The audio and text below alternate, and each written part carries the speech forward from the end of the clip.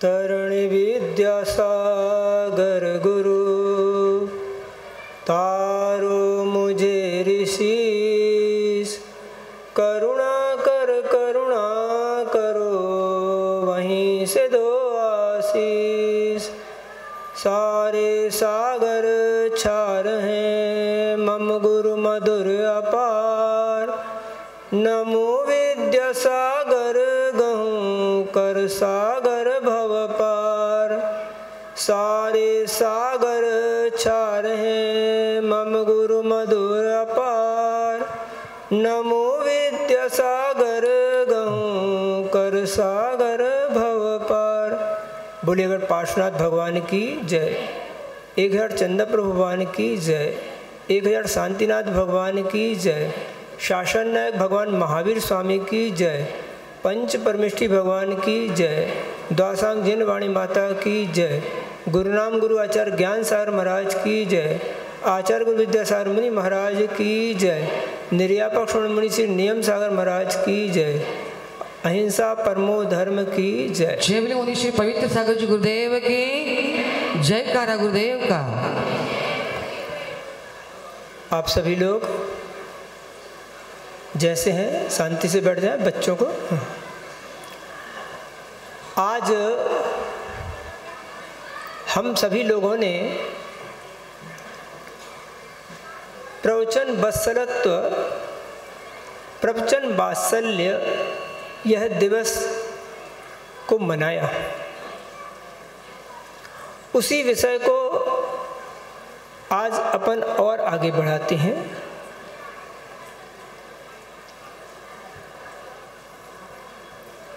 प्रवचन किसे कहते हैं? प्रकृष्ट पुरुषों के वचनों को प्रवचन कहते हैं। प्रकृष्ट पुरुष किसके कहते हैं? महान पुरुष, अनंत परमेष्ठी, आचार्य परमेष्ठी, उपाध्याय परमेष्ठी, साधु परमेष्ठी, ये प्रकृष्ट पुरुष कहलाते हैं, मतलब विशिष्ट पुरुष। अथवा प्रवचन, जिन वचनों में प्रकृष्टता है, उच्चता है। कोई नेता अगर बोलता तो हम क्या बोलते हैं? भाषण कर रहा है। नेताजी के भाषण को, वक्तव्य को हम प्रवचन नहीं बोलते ना। क्यों नहीं बोलते? लौकिक जन हैं, सामाजिक जन हैं, इनमें नियम संयम संकल्प का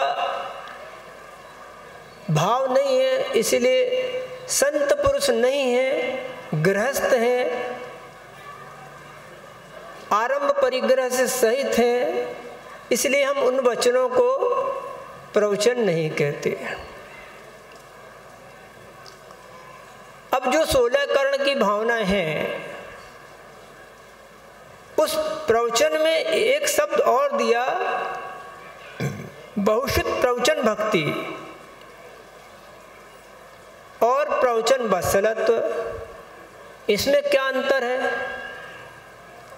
बहुश्रुत प्रवचन भक्ति रावश्यक परिहाणी मार्ग प्रभावना प्रवचन वत्सलत्वमिति तीर्थकरत्वस्य। एक जगह लिखा है बहुश्रुत प्रवचन भक्ति और एक जगह लिखा है प्रवचन वात्सल्य। इसका क्या मतलब है? तो जो प्रकृष्ट पुरुष हैं, आचार्य उपाध्याय साधु आदि हैं, जो बहुश्रुत हैं, अर्थात आगम का जिन्हें विशेष ज्ञान है, जो ज्ञानवान हैं, उनके प्रति हम क्या करते हैं? नवदा भक्ति। साधुओं के प्रति वात्सल्य नहीं होता। माँ बेटे पर वात्सल्य करती है, पिता बेटे पर वात्सल्य करता है, भाई बहन आपस में वात्सल्य करते हैं, लेकिन साधु के प्रति वात्सल्य नहीं होगा। साधु के प्रति श्रद्धा भक्ति होगी, उसके प्रति वात्सल्य तो होगा। जब श्रद्धा है, विश्वास है, भक्ति है, तो वहां वात्सल्य नहीं होगा ऐसा नहीं है, लेकिन वात्सल्य से भी ऊंचा उठा हुआ भाव है जहां भक्ति भी है। ध्यान रखना, भक्ति शब्द बहुत कठिन शब्द है। कैसा कठिन है? मेरी अपने नौकर पर श्रद्धा है, भक्ति नहीं है। मेरी अपने नौकर पर श्रद्धा नहीं, मात्र विश्वास है। जहाँ विश्वास है वहाँ श्रद्धा हो सकती है, और जहाँ श्रद्धा होगी वहाँ भक्ति होगी। नौकर के प्रति मेरी भक्ति नहीं है, मात्र विश्वास है। माँ के प्रति मेरी श्रद्धा है, भक्ति भी है। साधु के प्रति विश्वास भी है, श्रद्धा भी है और भक्ति भी है। तो ये कहलाता है शब्दों का एक अलग अलग तरीके का भजनदारी। जैसे आप शब्द बोलते हैं ना, एक शब्द आता है लुगाई, औरत, महिला, लेडीज। अब ये शब्द जब बोलते हैं तो उन शब्दों में एक तरह की भजनदारी है। इसी तरह से शब्द एक ही अर्थ को बोध कर रहे हैं, लेकिन उनमें भजनदारी बढ़ती जा रही है। तो अब हम करना है प्रवचन वत्सलत्व।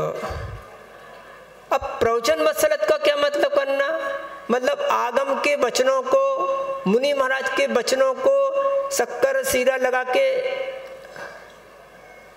जैसे गोवत्स संप्रीति का ना आपने सुना, वत्स से वात्सल्य शब्द बना। जैसे गाय अपने बच्चे को चाटती है, ऐसे ही हमें आगम के वचनों को चाटना चाहिए, उसके प्रति वात्सल्य दिखाना चाहिए। प्रवचन का मतलब यहाँ पर है, जैसे हम आपसे बोलते ना, ए दही, ए रिक्शा। रिक्शा मतलब जो रिक्शा चलाता है उसको भी रिक्शा करके बुलाते, ए रिक्शा बुलाते ना। ए दही, ए सब्जी, सब्जी वाले भी नहीं बोलते, तू ही सब्जी।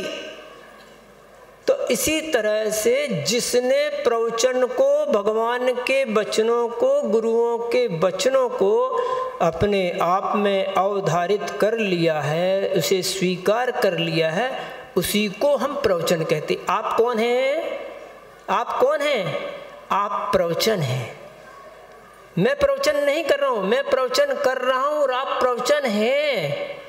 अर्थात भगवान के वचनों को धारण करने वाले हैं, इसलिए हम आपको प्रवचन कहते हैं। और जो प्रवचन को धारण कर रहा, उस प्रवचनधारी व्यक्ति पर वात्सल्य करना, ये प्रवचन वत्सलत्वमिति की भावना है। आई समझे आपको? आप नहीं समझे? हम आपको श्रावक बोलते हैं। श्रावक का भी क्या मतलब है? श्रद्धावान, विवेकवान, क्रियावान। तो श्रद्धा, विवेक, क्रिया कहाँ से आई? कहाँ से आई? प्रवचन से आई ना। भगवान महावीर स्वामी की तीर्थंकर की परंपरा में जो हमें ज्ञान प्राप्त हुआ, और वो ज्ञान को गणधर स्वामी ने अन्य साधुओं को देते हुए ये ज्ञान यहाँ तक आया, और वो ज्ञान हमने जो आपको दिया, या परंपरा से जो चला आ रहा है, मेरा मात्र नहीं है, नियम सागर, शांति सागर का नहीं है, क्योंकि ये आदि अनंत परंपरा श्रावकों की भी चली आ रही है। श्रावक को भगवान महावीर के शासन काल से चली आ रही है। तो ये जो सब प्रवचनों को धारण करने वाले श्रावक हैं, आप उन्हें श्रावक बोलो अथवा प्रवचन बोलो, दोनों में कोई अंतर नहीं है। समझ गए ना? तो ये प्रवचन एक मुख्य माध्यम से हो रहा है, और एक माध्यम हो रहा संस्कारों का। ध्यान रखना, मुख का किया प्रवचन खत्म हो सकता है, समझ में आ भी सकता, नहीं भी आ सकता। देखो मैं तुमको बताता हूं, शुद्धि बोलो, शुद्धि, शुद्धि बोलो, शुद्धि, शुद्धि। अब शुद्धि बोलने का मतलब होता है मन शुद्धि, वचन शुद्धि, काय शुद्धि, आहार जल शुद्ध है, हे स्वामी भोजन ग्रहण कीजिए। खैर इतना ही बोलना चाहिए, लोग बहुत अतिरिक्त बोल देते हैं। हाथ छोड़ो, अंजलि जोड़ो, अंजलि जोड़ो, मुद्रा छोड़ो, है ना। तो फिर ये भी बोल लो महाराज जी हाथ भी धो लो, महाराज जी कायसर भी कर लो, महाराज जी खड़े भी हो जाओ, ये भी बोलना चाहिए। फिर नहीं, वो सब क्रियाएं महाराज को पता है। आपका निवेदन मात्र इतना है कि आप भोजन ग्रहण कीजिए, मैंने आहार जल शुद्ध बनाया है, इस आहार जल शुद्ध को आप ग्रहण कीजिए बस। अब उनको पता है, जैसे बच्चे को बोलते हैं ना, सियाने लोगों को बोलते हैं भैया भोजन तैयार हो गया, बस अब ये बोलोगे क्या, हाथ धो लो, हाथ पोंछ लो, पाटे पे बैठ जाओ, थाली लगा लो, ऐसा बोलना पड़ता क्या? इतना इशारा काफ़ी है कि भोजन तैयार हो गया, तैयार हो जाओ बस। इसी तरह से साधुओं को हमें ये सब बोलने की ज़रूरत नहीं है कि ये क्या करो। तो बात हो रही है संस्कारों की। संस्कार की बात कैसी हो गई है? आपको जो संस्कार मिल रहे हैं वो परंपरा से मिल रहे हैं। पानी छान लो, शुद्धि बोल दो, 16 पहन लो, 1 पहने, 2 पहने, 3 पहने, 16 पहने, क्या है 16 का मतलब क्या है? 16 पहने मड़ी कंड्रे, तो मड़ी का मतलब क्या है? हमें मालूम है कपड़ों को शुद्ध सुखाना, उनको बिना छुए फिर पहनना, और फिर कोई वस्तुओं को नहीं छूना, अशुद्ध वाली वस्तुओं को, दरी चद्दर आदि पर्दे आदि नहीं छूना, ये शुद्धि कहलाती। तो ये जो ज्ञान मिलेगा ये किताब से नहीं मिलेगा। किताब में तो इतना ही लिखा है शुद्धि के कपड़े पहन लो, 16 का भोजन तैयार कर लो। 16 का भोजन कैसे तैयार होता है? ये हम अपने रसोई घर में माँ बाप पिताजी पड़ोसियों को देखकर परंपरा से सीखते चले आ रहे, वो किताब में नहीं मिलेगा। एक व्यक्ति था, एक बालक था, ऐसे बहुत से उदाहरण दे सकता हूं मैं। एक व्यक्ति ने किताब में पढ़ा कि इस आटे के दाल को घोल के तैयार करो और 1 घंटा फ्रिज में रख दो। क्या लिखा?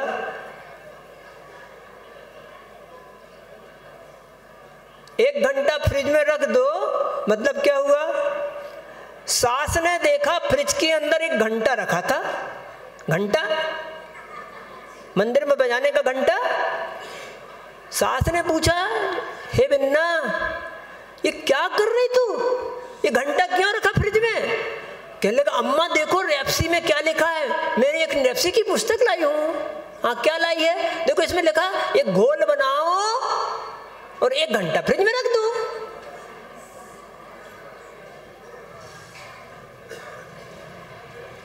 ये है किताबी ज्ञान। और जो सास के साथ रह के हमने बिना किताब के सीखा था, वो कदाचित अम्मा अंगूठा छाप हो सकती है, लेकिन उस अंगूठा छाप अम्मा ने जो हमें सिखाया, घोल करो और 1 घंटा मतलब घड़ी से 1 घंटा। अब बताओ, घंटे के अर्थ वो भी होते हैं, घंटे का अर्थ घड़ी को घंटा बोलते हैं। 1 ಗಂಟೆಗೆ ಇಡ್ರಿ, ಫ್ರಿಜ್ದಲ್ಲಿ 1 ಗಂಟೆಗೆ ಇಡ್ರಿ, ಏನಾಯ್ತು? वो घंटा रख दिया उसने। इसी तरह से एक बच्चे से बोला, इसको पानी, इस दवा को पानी में घिस के सिर पे आदि लगाना है। अब वो कहे महाराज जी ये बताओ पानी में दवाई कैसे घिसी जाती है? क्यों? वो तो पानी में ऐसे बाल्टी में डब्बे में पानी रख लो और उस पर दवाई घिसोगे। अब घिसेंगे तो फिर लगाएंगे कैसे भाई? हमने कहा नहीं भैया, इसका मतलब ये होता है पत्थर पे पानी डालो और पानी के साथ दवाई को घिसो और फिर पोंछ के लगा लो। इसका मतलब है कि दवाई को पानी में घिसना है, नहीं तो दूध में भी घिसी जाती है, तेल में भी घिसी जाती है। तो कहने का मतलब ये है कि संस्कार हम किताबों से पढ़ के नहीं सीख सकते, हमें उनके साथ चलना पड़ता है, उनके साथ दौड़ना पड़ता है, उनके साथ भागना पड़ता है, और रिले रेस के माफिक वो मुठिया हाथ में लेके दौड़ना पड़ता है। ऐसे बक्के अकेले अकेले मत दौड़ना। तो बात कर रहा हूँ प्रवचन वत्सलत्व की। मैं अपने विषय से बाहर नहीं जाऊँगा, हमारी ट्रेन पटरी है, उससे बाहर नहीं जाना है। आज प्रवचन वत्सलत्व की बात चली। प्रवचन का मतलब हमारे श्रावक हैं, इनके प्रति आपको वात्सल्य रखना है। कैसे रखें वात्सल्य?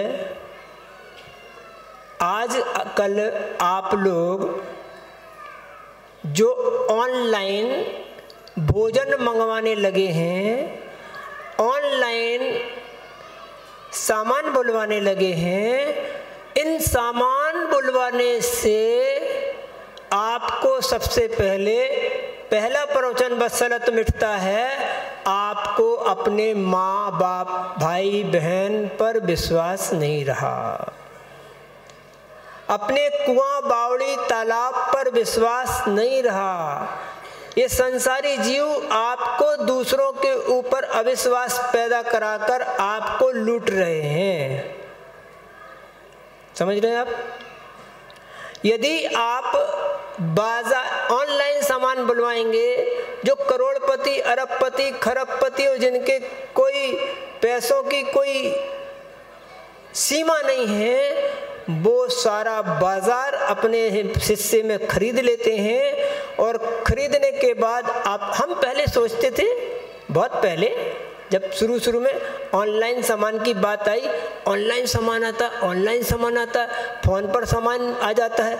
फ़ोन से कैसे सामान निकलता है, मैं सोचता हूँ तो फ़ोन से सामान कैसे निकलता होगा, इतने से बड़े फ़ोन से सामान कैसे आता होगा। बाद में पता चला ऑनलाइन का मतलब है इधर से सामान बुक कर दो, उधर से वो सामान आपको भेजेंगे, लेकिन लेकर एक आदमी ही आएगा। तो भैया ये काम ऐसा क्यों हो गया? हम दुकान पर जाते थे, सामान स्वयं देखते थे, अपनी पसंद का लेते थे, नगद लेते थे, उधार लेते थे, अदल लेते थे, बदल लेते थे। इस तरह से एक व्यापारी अपने जीवन का यापन करता था। अब क्या होगा? एक तरफ आप किसान हैं और एक तरफ आप दुकानदार हैं। किसान भी मरेगा और दुकानदार भी मरेगा। समझो आप इसको, किसान भी मरेगा और दुकानदार भी मरेगा। और हम जैनियों के पास कौन से प्रवचन है? दो ही प्रवचन है, श्रावक और दुकानदार और किसान। सारा माल रिलायंस खरीदेगी, जियो खरीदेगी, सब्जी वो खरीदेगी, फिर तुम्हें पैकेट बना बना के देगी और फिर तुम पैकेट ले जाके फाड़ के फेंकोगे तो पर्यावरण होगा, दूषण होगा और आपको बासा सामान मिलेगा। मिल रहा है बासा सामान? आपको बासा सामान खाने को मिल रहा है। और एक जो जैन व्यक्ति था, जैन श्रावक था, जो अपनी रोजी रोटी चला रहा था, उसकी रोजी रोटी खत्म हो गई। आपको पता है कितने श्रावक, देखो एक बात ध्यान रखना, आप अगर बाजार में जाते हैं, एक दुकानदार से सामान खरीदते हैं, वो आप पर विश्वास करता है, वो आपको जानता है, आपकी मजबूरी को समझता है, आपको उधार पैसा दे देता है, आपसे पैसे बाद में ले लेता है। लेकिन ऑनलाइन सामान में तो भैया ऐसा नहीं होता है। जब आपको अटक होगी, आप पहले पैसा दो, फिर बाद में माल लो। इस तरह से हमने एक प्रवचन अर्थात एक श्रावक की एक तरह से पूछे हत्या कर दी। बोलते रोजी से रोजा, रोजी से रोजा। यदि धन संपत्ति नहीं होगी तो धर्म ध्यान भी कदाचित नहीं होगा। इसलिए आवश्यकता इस बात की है कि हम अपने अड़ोस पड़ोस के व्यापारी को जिंदा रखें, अपने किसान को जिंदा रखें, अपना सामान स्वयं खरीदें, तो हमारा प्रवचन बसलत तो शुरू हो सकता है। इन ऑनलाइन सामान बुलवाने से क्या हो रहा है? जोमैटो, जिसके मोबाइल पे देखो जोमैटो डाउनलोड रहता है।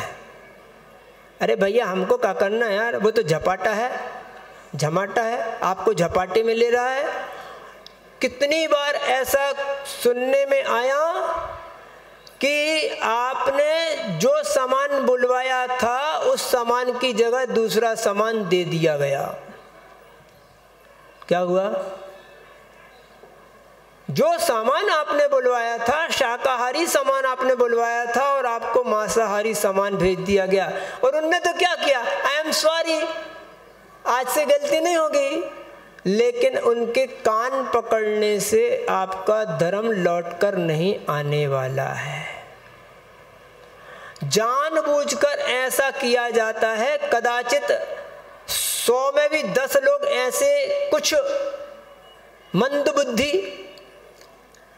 बेवकूफ अथवा उस रुचि वाले पैदा हो गए। उन 100 लोगों में 10 लोग ऐसे मिल गए, अरे हमको पता नहीं था यार, वो तो बहुत टेस्टी था, वो तो ऐसा था, वो तो वैसा था, और मान लो उनकी उसकी लत लग गई तो क्या होगा बताओ। दूसरी बात, जोमेटो में, वो जो भी नाम है भूल जाता हूँ, अगर आप समझ लेना कि ऑनलाइन आपने जो भोजन बुलवाया उसमें तुम्हारा लड़का शराब बुलवा रहा है, सिगरेट बुलवा रहा है, शाकाहारी बुलवा रहा है, मांसाहारी बुलवा रहा है, क्या सामान बुलवा रहा है, ये पैक बंद सील लगकर आता है, जिसके नाम से आता है उसी के हाथ पे दिया जाता है। इस तरह से माँ बाप का अपने बच्चे बच्चियों पर से विश्वास, अपने पति और पत्नी पर से विश्वास हट रहा है कि वो अपने घर में क्या मंगा के क्या करके खा रहे हैं, सारी लिस्टें उसमें लगी हैं एक साथ।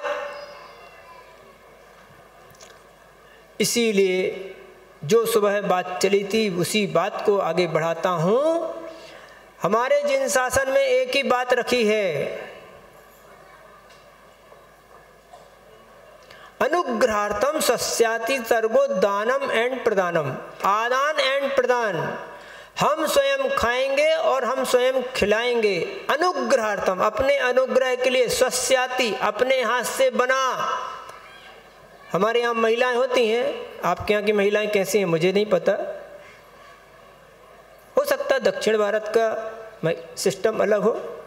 उत्तर भारत में तो महिलाएं एक दूसरे के काम को पसंद नहीं करती। जैन महिला का काम नहीं पसंद, अरे वो पता नहीं कैसे करती हैं। मैं तो भैया आखिरी में 8-10 बजे तुम पड़गाने भर को आ जाओ, भोजन तो मैं ही तैयार करूँगी, पता नहीं वो कैसे कर।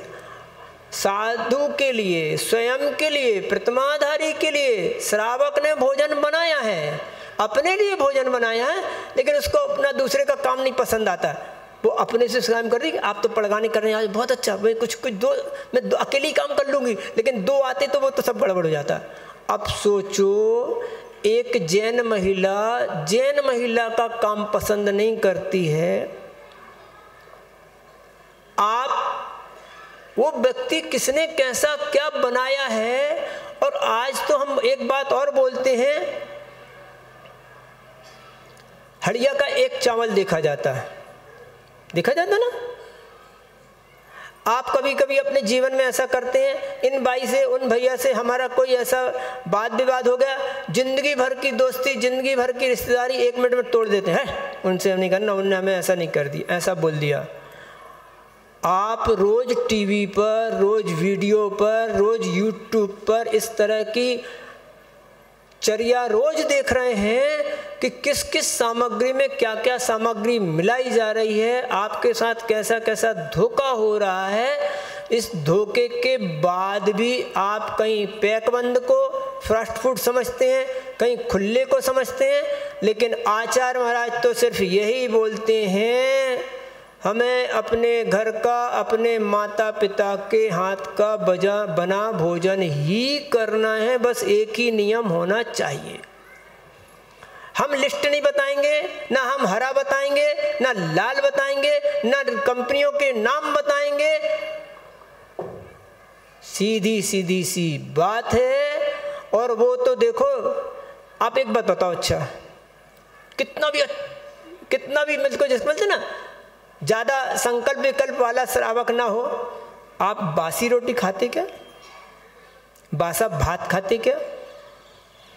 बासा भात खाते क्या? समझते बासा भात? सुबह का आज का बना कल खाते क्या? आज की बनी रोटी कल खाते क्या? खाते क्या? नहीं खाते। अब वो बिस्किट है, वो कितने, भले ही वो विद्यांजलि की हो या कहीं की हो, लेकिन वो आज की बनी तो नहीं है ना।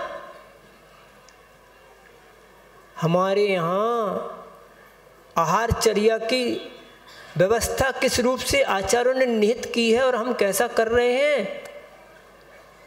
3 दिन का आटा बरसात में, 5 दिन का आटा गर्मी में, 7 दिन तक का आटा ठंड में, और जिसमें एक बूंद भी पानी पड़ गया हो, ऐसा भोजन मात्र 24 घंटे। अब 24 घंटे की ये मर्यादा वाला सिस्टम हमारे यहाँ, पद्धति हमारे यहाँ चलती है। फिर वो पैक बंद हो, चाहे ठेले का बना हो, चाहे जैन के यहाँ का बना हो, चाहे अजैन के यहाँ का बना हो, हमें इन सब से कोई मतलब नहीं है। ध्यान रखना, व्यावसायिक रूप से कोई भी भोजन तैयार करे, जैन करे चाहे कोई करे, यहाँ तक कि आचार्य जी ने हम लोगों को, जब हम ब्रह्मचारी थे और बहुत से ब्रह्मचारी हमारे इकट्ठे हो गए थे, दीक्षा नहीं हुई थी, कम से कम 18-20 ब्रह्मचारी हो गए होंगे। तो फिर आहार जी में ऐसा प्रसंग बना कि ब्रह्मचारी भैया लोगों की दीक्षा होनी, किसकी होनी ये पता नहीं है, अब किसका नंबर लगेगा ये तो पता नहीं।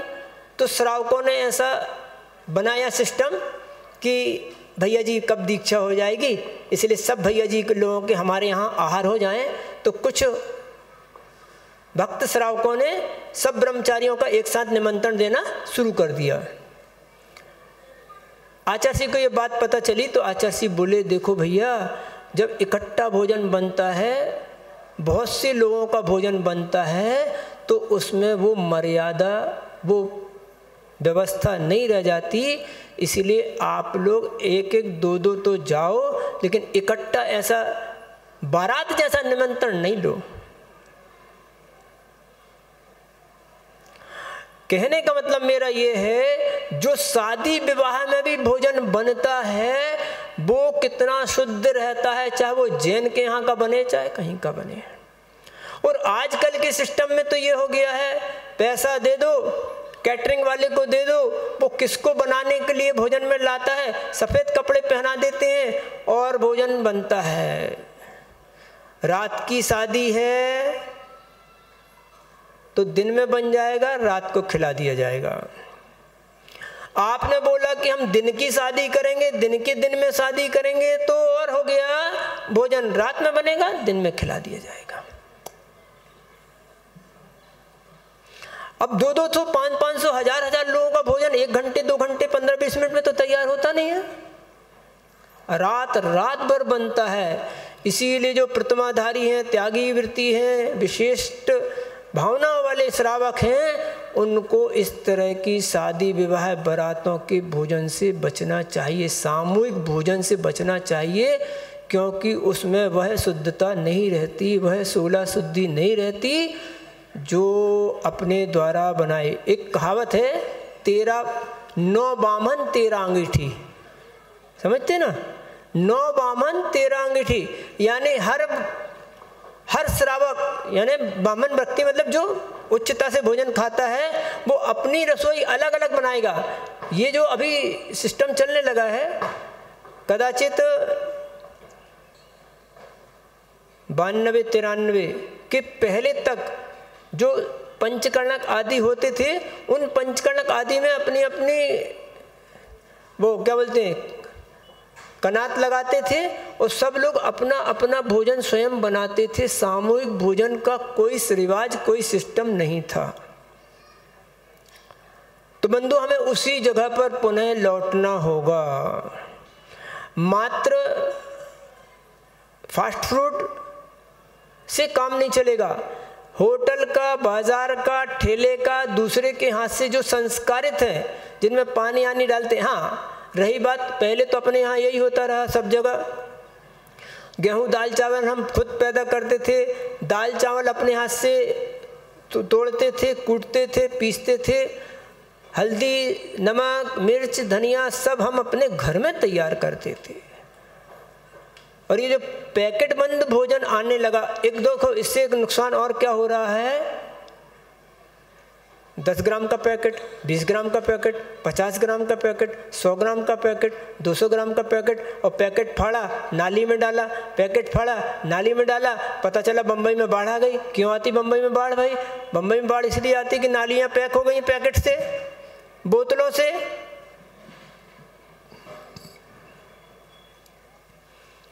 पहले घरों में जो बोतल निकलती थी ना, उनको साबुन के पानी से धो धो के डिब्बे पैकेट में रख लेते थे कि अगले दिन काम आएंगे। अब आज का क्या है, use and throw, use and throw, use and throw. हम सोचो, इधर तुम लोग रोज प्रतिक्रमण पढ़ते हो, अनर्थ दंड, अनर्थ दंड का प्रतिक्रमण करते ना। अनर्थ दंड क्या है? यही तो अनर्थ दंड है ना।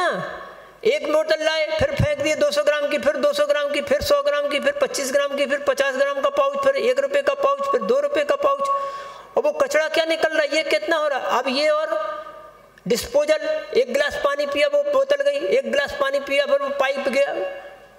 कितना अनर्थ दंड कर रहे हैं आप, कितना अनर्थ दंड करे। एक गिलास पानी पिया और वो बोतल, वो गिलास फेंक दिया आपने, वो एक चाय पी फिर फेंक दिया आपने। हम धोकर उन्हीं बर्तनों को धो करके उसका उपयोग करते थे, इस तरह से व्यर्थ के अनर्थ दंड से बचते थे। समझ रहे हैं ना आप? फिर बोलना पड़ेगा जैन धर्म और जे कर्म, सुई सी बारीकी और मूसर सा भर्रा। आप रोज अष्टक चढ़ाते हैं, रोज प्रतिक्रमण करते हैं, रोज आलोचना पाठ पढ़ते हैं, रोज प्रायश्चित मांगते हैं, लेकिन आपकी चर्याएं किस रूप की हो रही हैं? समझ में आ रही है आपको कि आप कितना बड़ा पाप कर रहे हैं? रोज आना, चलो मान लो आपके यहाँ बोतलें निकलती हैं आजकल, वो ये व्यापार का ट्रिक है, व्यापार का ट्रिक है। पहले पीपे पीपे में मतलब 16-15 लीटर के ड्रम आते थे, उसमें तेल वगैरह आता था, हम घर से बोतल डब्बा ले जाते थे, उसको तौल के वो दे देते थे। इस तरह से वेस्टेज नहीं होता था। अब वो खुला मिलने का सिस्टम ही बंद हो गया, आपको रोज बोतलें निकलेंगी। आपका कर्तव्य है उन बोतलों को, उन पॉकेटों को एक जगह इकट्ठा करो।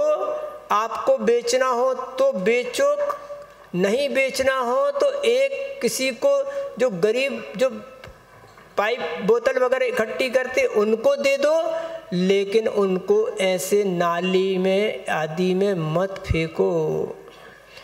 उनके फेंकने से जानवर उन्हें खा रहे हैं, जानवर खाते हैं तो वो बीमार पड़ते हैं। वो पाउच वगैरह होते हैं, जंगल जमीन पर आप डाल देते हैं तो कचरा घर बनता है, देश और समाज की स्वच्छता बिगड़ती है। इससे अच्छा तरीका है कि आप इकट्ठा करें और किसी भी बेचने वाले को, खरीदने वाले को जहाँ पाए वहाँ दे दें, लेकिन ऐसा देश को कचरा घर मत बनाओ।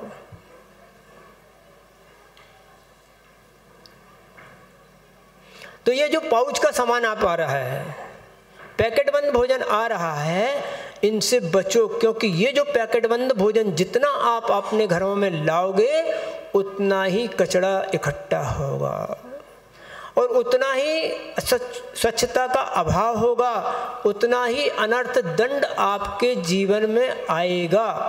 इसलिए जरूरी बात तो इसकी है, बात मूल में वहाँ की है कि ऑनलाइन सामान अपन को नहीं बुलवाना है। ऑनलाइन सामान बुलवाने से आपके बच्चों में दूसरे तरह के संस्कार पनप रहे हैं। वो चोरी छुपे क्या खा रहे हैं, क्या पी रहे हैं, क्या ला रहे हैं, क्या बुला रहे हैं, इसका ज्ञान आपको नहीं है।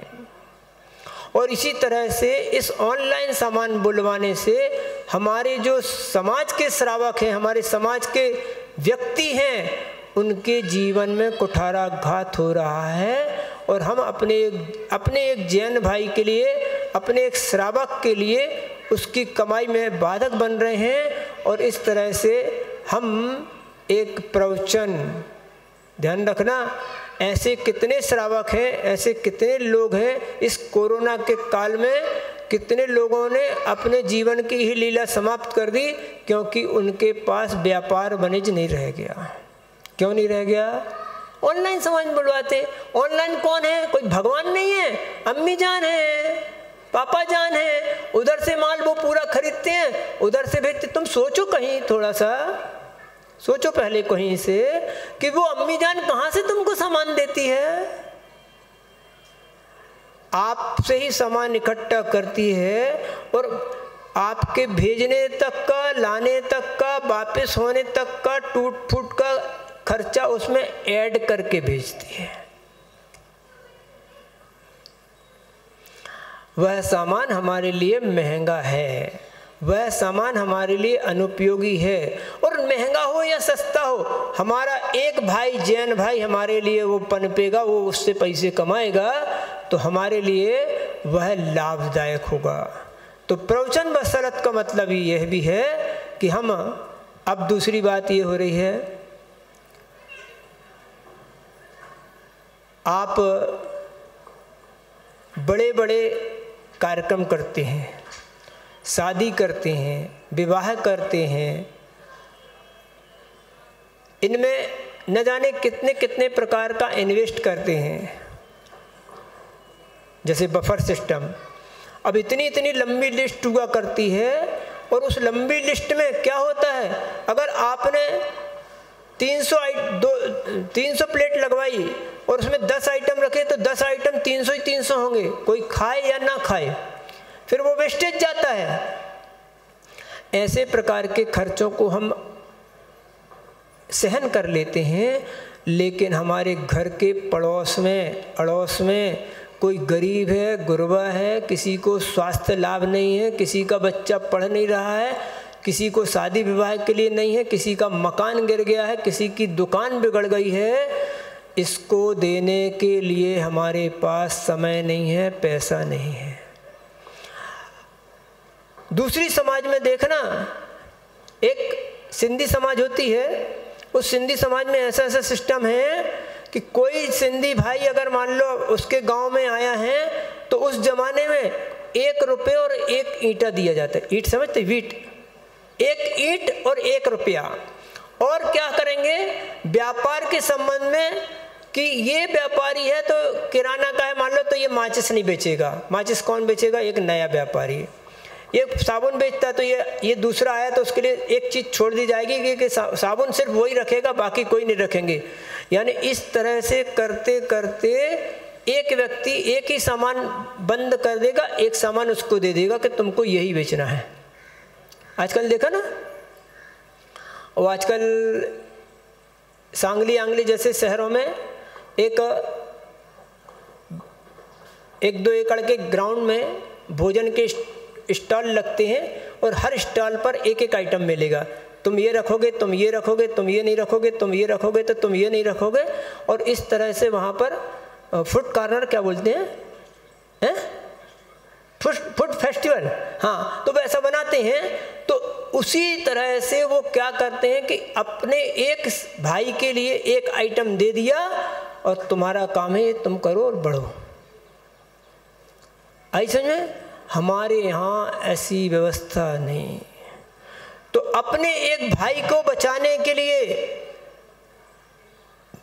आपने सुना होगा अमरचंद दीवान ऐसे श्रावक हो गए, उन्होंने रात में घूमते थे, श्रावक का घर पता किया कि श्रावक के घर में ये समस्या है।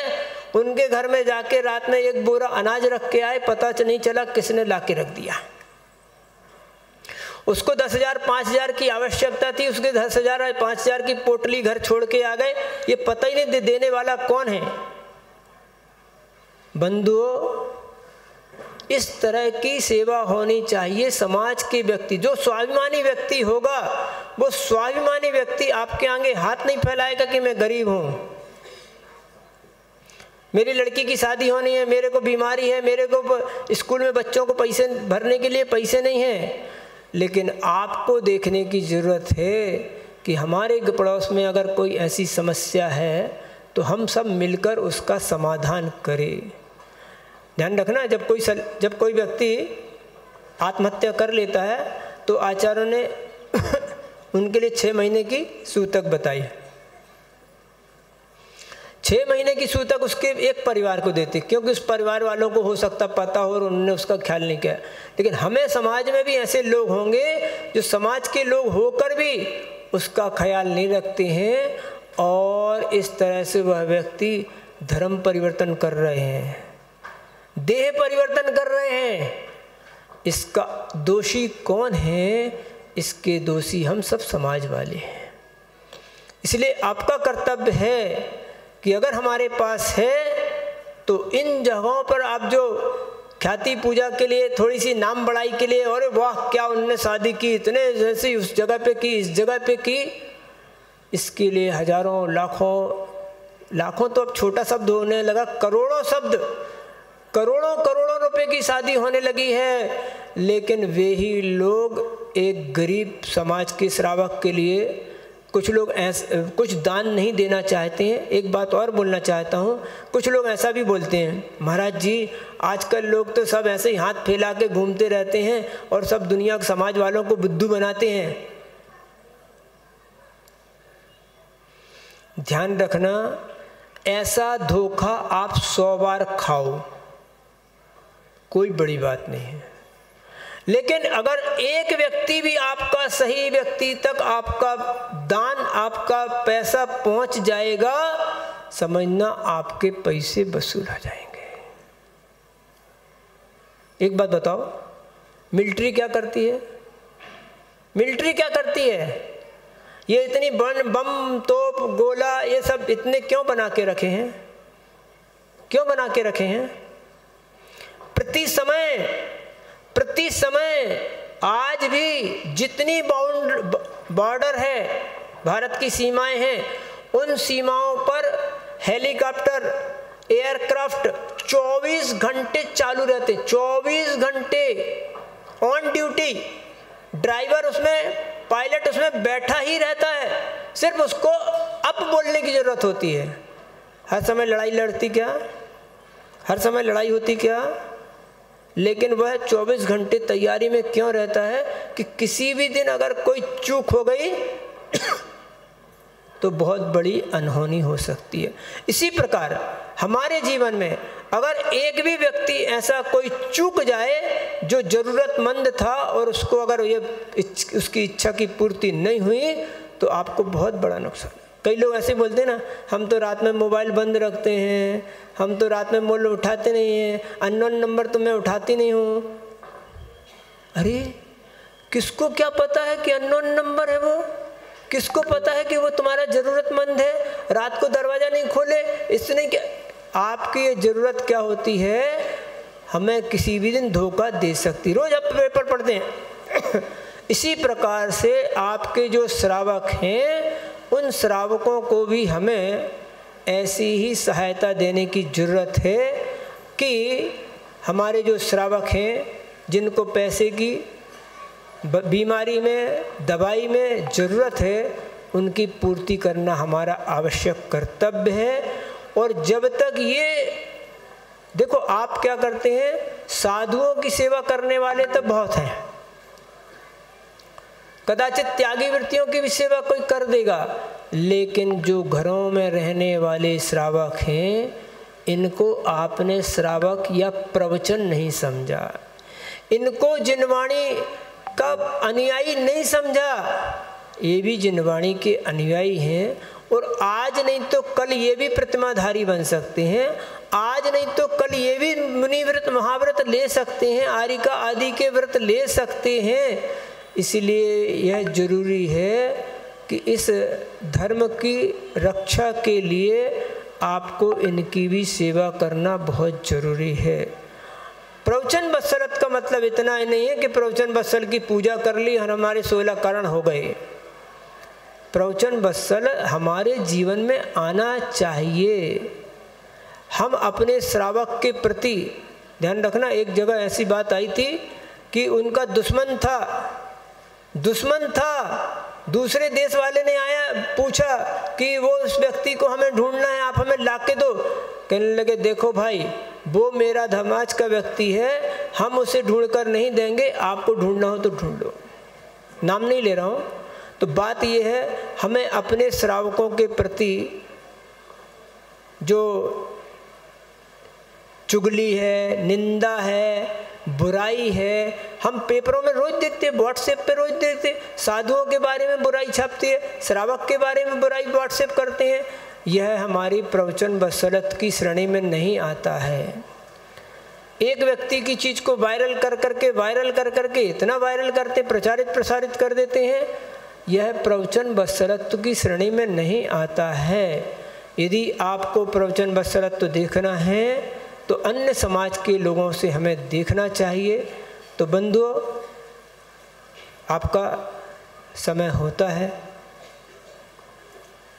आप इस बात को ध्यान रखें कि हमारे साधर्मी जनों की हमें बुराई, निंदा, उनकी चुगली, उनके दोषों को छुपाना है, उपगूहन करना है, उनकी छोटी छोटी सी बातों को वायरल करके उसे प्रसारित करके हम सुधार नहीं कर सकते हैं। इस बात का भी ध्यान रखा जाए। तो आप सभी लोग समझदार हैं, हमको ये ध्यान रखना है कि प्रवचन बसरत कैसे करें, अपने साधर्मी जनों से कैसे प्रीति का व्यवहार करें, कैसे स्नेह का व्यवहार करें, कैसे उन्हें पनपाएं, उनको कैसे स्थिर बनाएं, कैसे उनकी जीवन में प्रगति आ सके। ऐसा भाव अगर आप रखेंगे तभी यह जिन शासन पंचम काल के अंत समय तक आगे जाने वाला है और अभी इसको पंचम काल तक ले जाने में 18,500 वर्ष वर्तमान की कथन पद्धति के अनुसार हैं। इसीलिए आप सभी इस धर्म कार्य को आगे बढ़ाने में अपना सहयोग प्रदान करेंगे, तभी यह जिन शासन पंचम काल के अंत समय तक जा सकेगा और उसकी प्रभावना बनी रहेगी। अन्यथा गिनती में तो हम बहुत सारे हो जाएंगे, सबके घरों के आगे झंडा लग जाएगा, 3 लोग का नक्शा बन जाएगा। एक तो आपके यहाँ सबसे बड़ी और समस्या है कि आपके घरों में नाम ऐसे हैं कि हम पहचान ही नहीं पाते कि कौन जैन है और कौन अजैन है। वही सरनेम जैनों में है, वही अजैनों में है, और जो गांव के जिस गांव से आया उस गांव का सरनेम बना लेता है। तो जैनों की वैसे भी पहचान नहीं है। हम जैनों को यहीं पहचान पाते, पंडाल के अंदर, मंदिर के अंदर, बाकी जगह आप पहचान नहीं पाते, आपकी रिश्तेदारी में पहचानते हैं। फिर भी आपको उनको जैसे खोज कर भी उनकी जो भी समस्याएं हैं, शारीरिक, मानसिक, वाचनिक, धैर्य बंधाने वाली आदि सब समस्याओं का ध्यान रखते हुए उन्हें दृढ़ करें, स्थिर करें, और ऐसा स्थिर करें। एक दिन और कहा था मैंने कि अगर बिल्डिंग गिरेगी, आपकी बिल्डिंग बहुत अच्छी है, लेकिन अगर पड़ोसी की बिल्डिंग गिरेगी तो आपके ऊपर ही गिरेगी। अगर पड़ोसी कहीं कोई जैन है या कोई भी है और वो गलत आचरण करता है और अगर बदनामी होती है तो सारे समाज की बदनामी होती है। इसलिए उस सब बदनामियों आदि से बचने के लिए अपन को अपने साधर्मी भाई के प्रति वात्सल्य प्रीति रखना हुआ, उसको स्थिर करना है, स्थितिकरण करना है, उपगूहन करना है, आदि जो 8 गुण हमारे लिए दिए हैं, उन 8 गुणों का पालन करते हुए उसे स्थिर बनाएंगे, तभी यह जिन शासन की प्रभावना आदि होगी। तो आप सभी इस धार्मिक प्रभावना के कार्य में अपना सहयोग प्रदान करेंगे। इन्हीं भावना से बोलो अहिंसा परमो धर्म की। जावाणी के ज्ञान ते सूझे लोकालोक, सोवाणी मस्तक नमो सदा देत हों ढोक।